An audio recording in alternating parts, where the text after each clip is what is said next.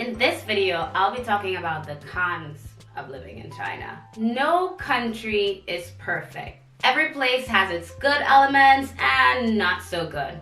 Now, the purpose of this video is not to bash China or spread hate about it, but to simply let foreigners who are thinking of moving to China aware of certain unfavorable conditions, so you may have less of a culture shock or you'd be able to quicker adjust to life in China. Before I get started with the countdown, I must say that the first two cons I'm about to address have significantly decreased from since I first moved here in 2014. Maybe by the time you move here, these issues are not going to be that much of a big deal.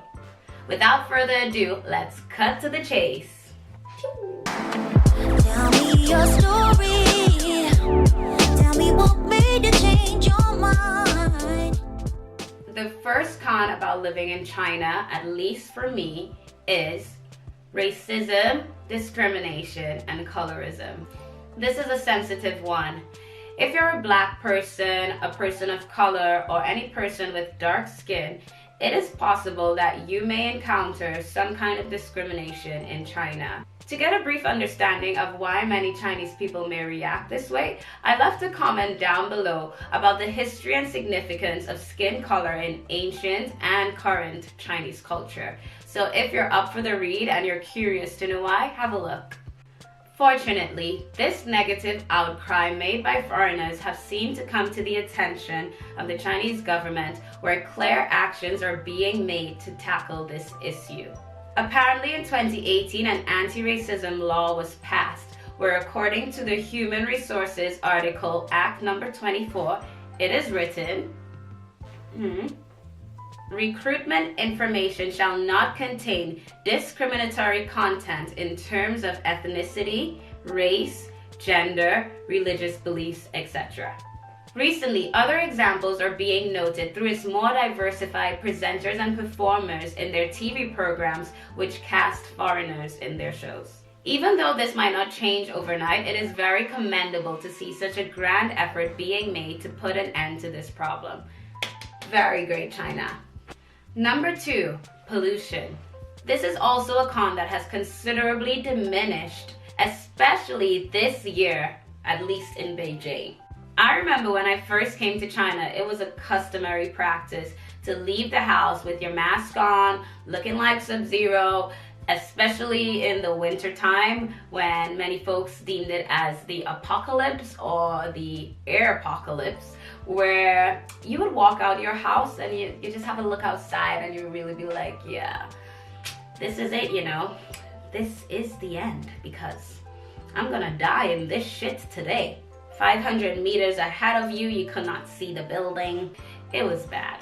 It was bad. Luckily, China has made a solemn pledge to bring back the blue skies, and it is evident that they are sticking to their promise. From factories being closed down, replacement of coal-powered plants to gas-fired ones, clean energy vehicles being rolled out, to the high number of blue skies observed this year and the ability to breathe easier. It is reported that 2018 had the lowest monthly pollution readings since 2008. Seems like China might have a good chance on winning the war against pollution. Number 3, differences in cultural etiquette. You're gonna be shocked. Okay, so this is one of the bigger complaints that expats living in China have. A lot of behaviors that may be considered rude or appalling in your culture is either ignored or is a norm here.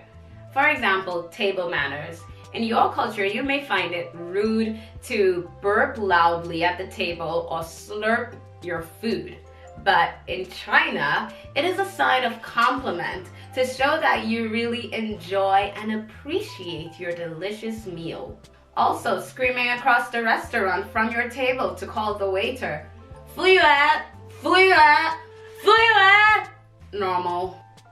Further acts like skipping the line, a person who literally just met you 5 seconds ago asking your personal information like how much money you make and do you have a boyfriend, what is he like, to pushing you to get onto the subway or the bus, to the one I don't think I can ever get used to, which is spitting everywhere.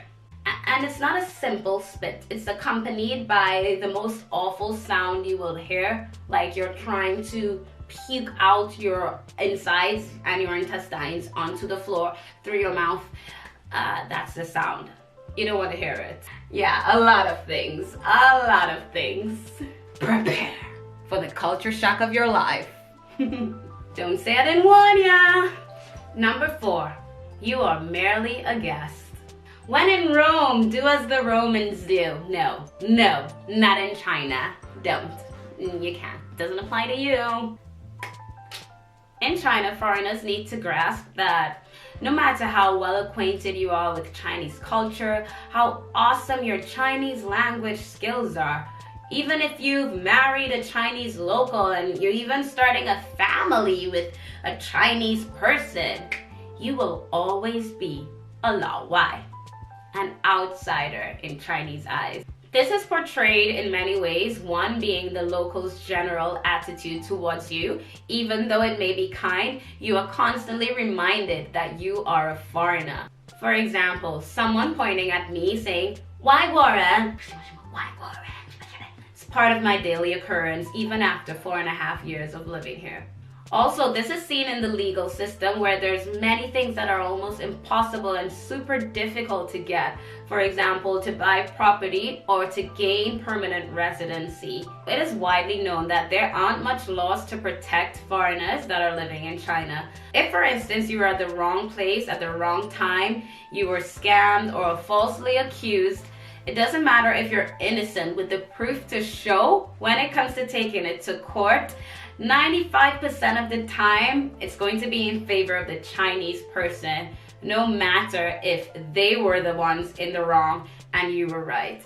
My advice to you would just be to obey and respect the law at all times and try to keep out of trouble, for you are merely a guest here. Number 5. Bystander effect. Wikipedia defines the bystander effect as a social psychological phenomenon where people are less likely to help a victim when others are present. Basically, ain't nobody got time to help you if you're in danger or in a life-threatening situation. Now, I'm not saying that this phenomenon does not occur in other countries. It does. But throughout my travels, I have found it to be very noticeable in Chinese society.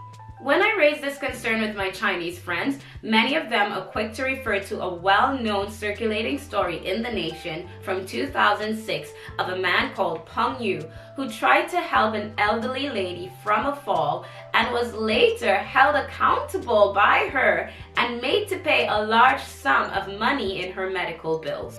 It is apparently a common trend for the elderly to do this here, by extorting young people for money by faking injuries and then turning around and blaming them when they offer assistance. Hence, this has become somewhat of a big problem where people do not want to help others, not because they're horrible people, but because they are so terribly afraid of the possible consequences of their life being ruined if they help.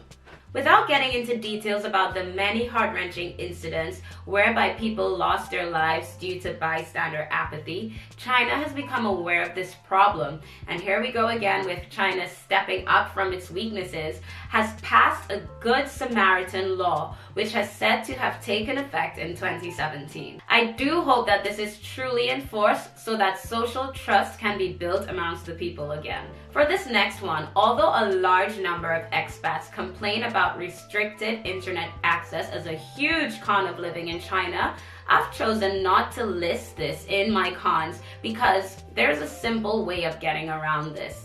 Yes, almost everything is blocked from Google, Facebook, YouTube, WhatsApp, Instagram, and almost every other common popular website. But all you need to do is invest in a VPN.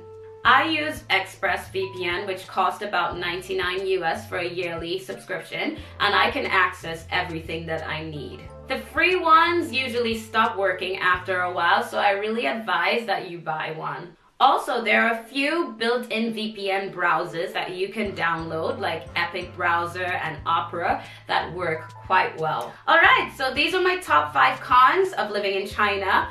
Hopefully, now that you're more aware of certain features of life here, your transition to China would be much easier. Be sure to check out my pros about living in China video if you have not, and leave a comment below if you've got any questions. Also, I would deeply appreciate it if you share this video with your friends, and subscribe to my channel if you would like to know more about life in China, see some of my travel vlogs, or if you're into watching singing covers, I've got a little something for you. Thank you so much for all your support, and see you in the next video.